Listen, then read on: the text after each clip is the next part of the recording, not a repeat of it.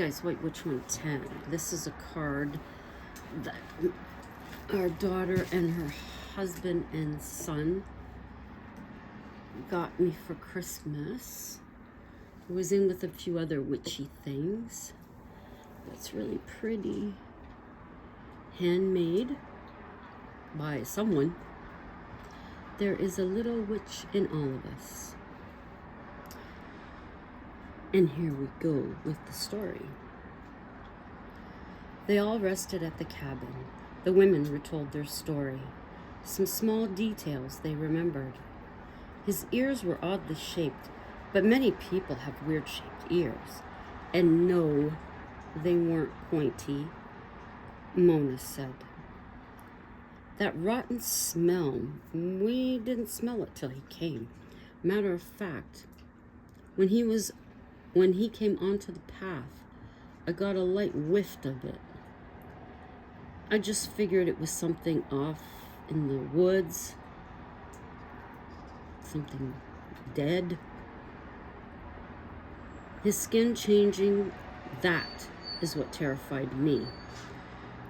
I already was uncomfortable with him, but that was another level, Tina informed. We know what it looks like now, Thomas said. But if he's a walker, he can appear as anything. This encounter has actually not helped at all, Tina stated, frustrated. It's helped me, Thomas said. You, he pointed at Tina, are not staying here any longer. We're finding a room at the lodge for you. There is no arguing. This thing knows you. It's only a matter of time before it gets in here. There was no use trying to convince him otherwise. Mona helped Tina gather her things. The following morning, the couple in the second cabin were moved to the lodge. Management cited a warning from local law informants of a large wolf in the area. Guests were strongly advised not to hike the path.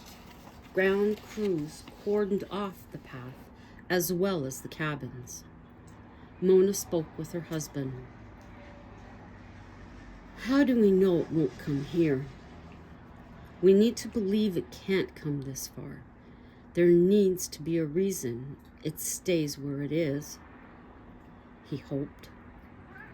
I'm afraid for both of us now. We were right there helping this creature. What if he tries again? Mona worried. We won't go anywhere alone. You understand me? Anger slipped into his voice. I realize what we did was stupid, but I don't believe we thought we'd see it. Worst, not realizing it was right beside us. But what is it? She was perplexed. Her husband had no answer. Only guess they all had a walker. Thomas was greatly relieved the cabin area was no longer part of the patrol. It was too dangerous. Until this thing was caught, life would be different.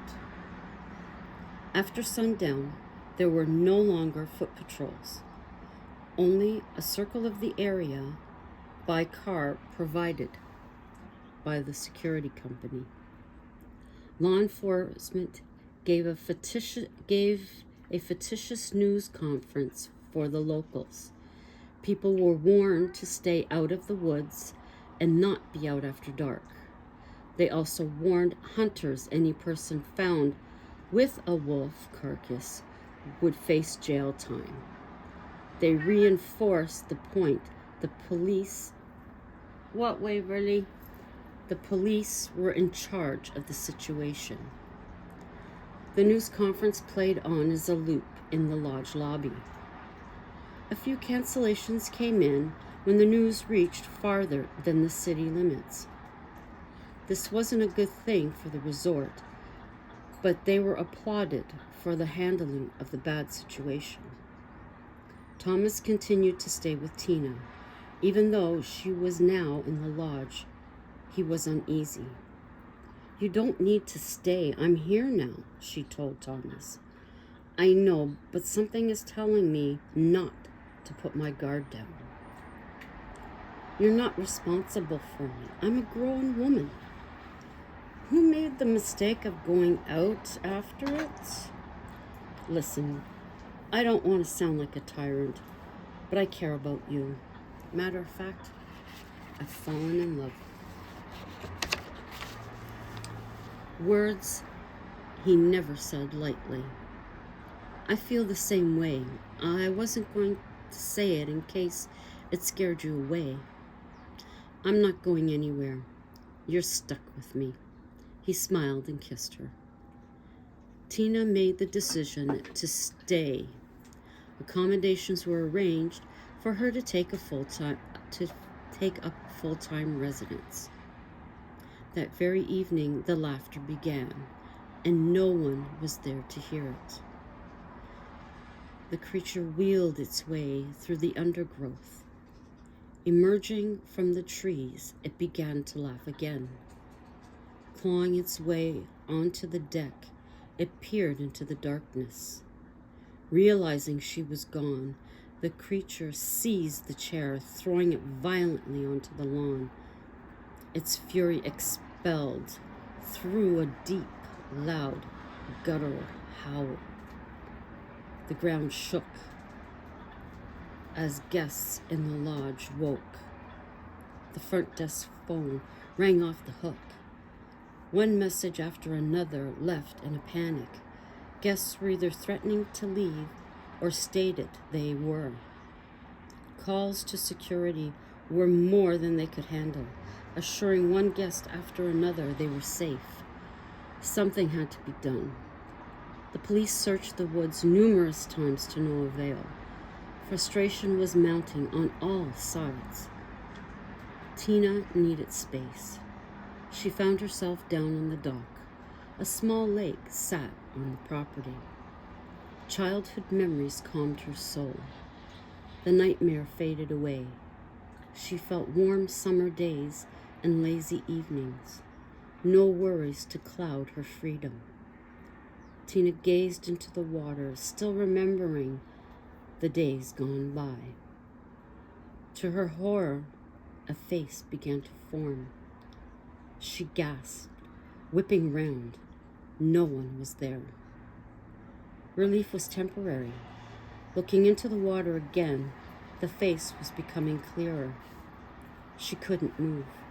The pale skin was breaking the surface.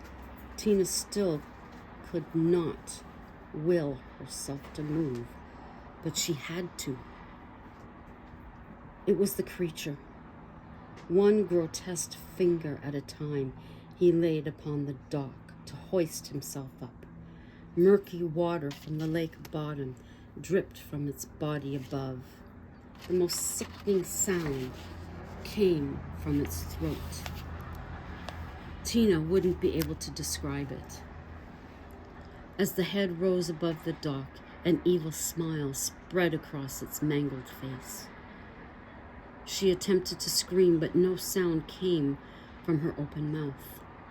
She had done it again. She had gone out on her own, but she didn't think to the dock would be a threat.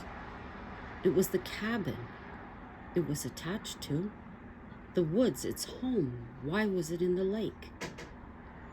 Its bony fingers reached for her ankle. Tina jumped back into a body, whipping round, the face so familiar it was Thomas. He ran forward, but not fast enough. The creature had submerged and was swimming out to the middle of the lake. "Are you all right?" he inquired. "Yes, I'm fine," she answered. "Sorry, I went out on my own." Her eyes begged for forgiveness. "You weren't to know. Why was he in the lake?" Who knew? Not them. They seemed to be further to an answer than ever. In the lake, when the coast was clear, it swam back. its anger visible in each step it took out of the water. It mumbled in a language unknown to us. It began to let out a howl when it stopped. Much more effective in the woods. Allowing her to see him was a mistake. Its reasoning was clouded, her fault. The thought of Tina's sweet, salty skin made it drool. Not wanting to be seen, it skirted the edge of the water. The beach was rocky, omitting the chance for footprints. It stopped short of the trees, looking back over its shoulder. The lodge was a massive building. Where was she? In this enormous place, where was she? The season was turning soon. The premier breeze of autumn made itself known, though summer still held strong. And that's where the story ends tonight. All I got written. As I said, I'll work more on it. I usually say tonight, but it'll likely be tomorrow, but then you never can tell. So I hope you like this installment, and I hope you're looking forward to the next. And I shall be uploading this later at some point, but the first one I will be uploading is the diamond painting. So until the next time, ciao for now, and sleep tight.